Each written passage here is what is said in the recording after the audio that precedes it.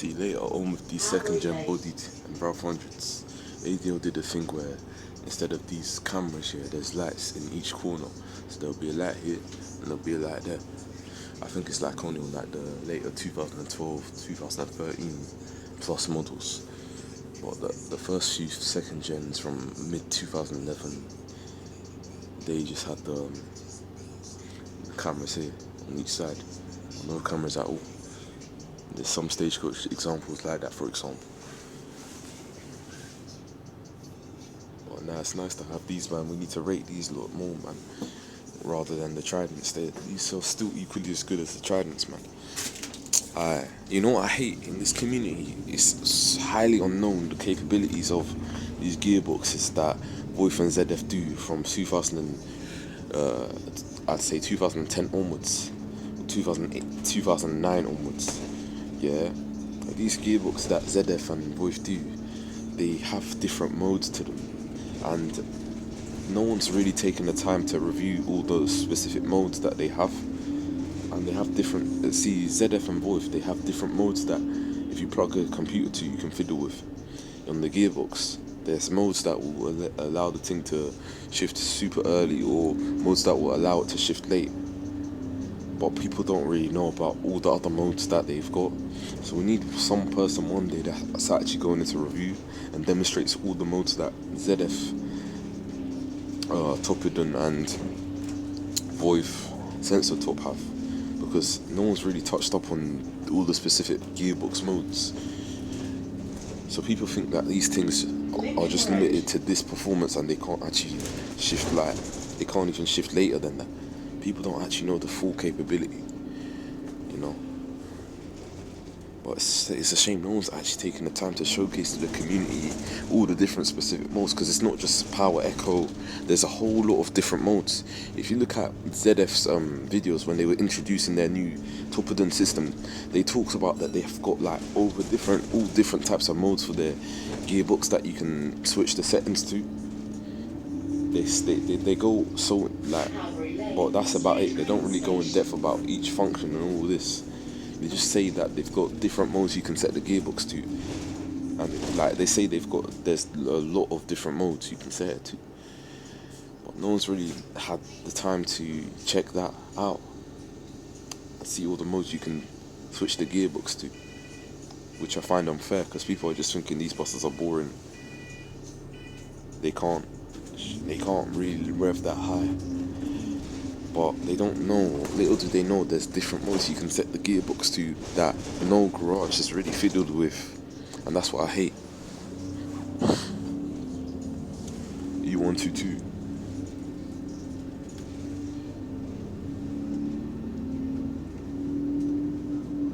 So yeah, when I'm an engineer, I actually try to showcase that all the different modes you can set the gearbox to on a Voith or to death, because people think all them kit down days are over. They're not, man. I've heard word from engineers that you can actually literally set the gearbox to different modes that will allow it to shift late again, like back in the kit down days with buses. I've heard word from engineers.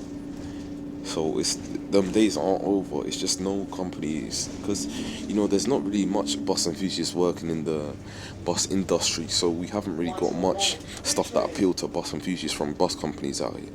So there's not really been like any engineer that's really fiddled with all that stuff and showed it to people. But bro, trust me, when I become a bus engineer, I am gonna show people the settings you can actually set these gearboxes to. I'm gonna actually show it, because these companies, they order them in the obviously these companies, they order the buses in the friendly echo mode, but you can switch it. You can switch it. The modes are available on the gearbox computer. The modes are available. You just need to plug a laptop. That's literally it. You need to plug the laptop and then open the app that allows you to fiddle with the coding and all that, and just switch the mode, because it's literally already coded. The different modes for the gearboxes are literally already coded, but no one's really looked at that. But I've heard word from engineers that you can literally set it to literally like shifting the latest you want to. There's modes that allow that, but no one's took the time to look at that,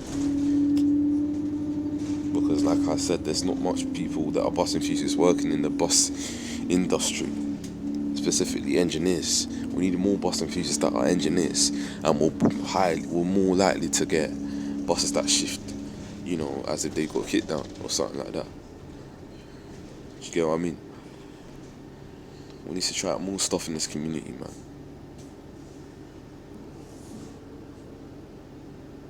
Honestly, we need to try out more stuff. But nah, man, these buses are just as good as the Tridents, man. I don't hate them. U192. It's nice to have more variety of E's out there, because it's literally filled with different E's and WVLs. I like it. And it was like that at some point. Like, we had LX60 WVLs on the 486, 89, and all them routes there. I remember them days. We had more E's before, and now we're getting them all back.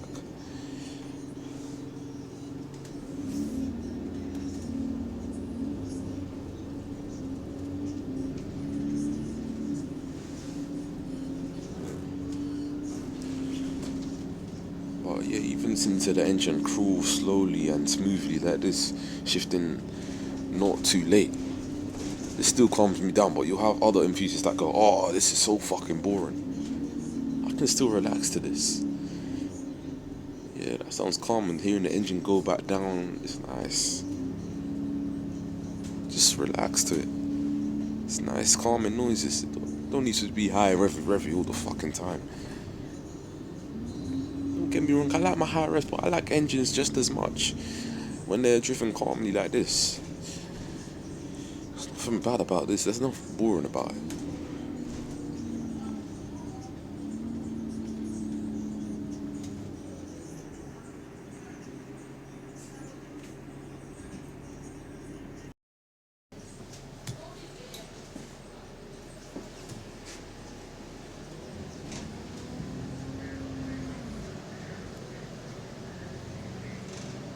Forest Road, Slade Green Station.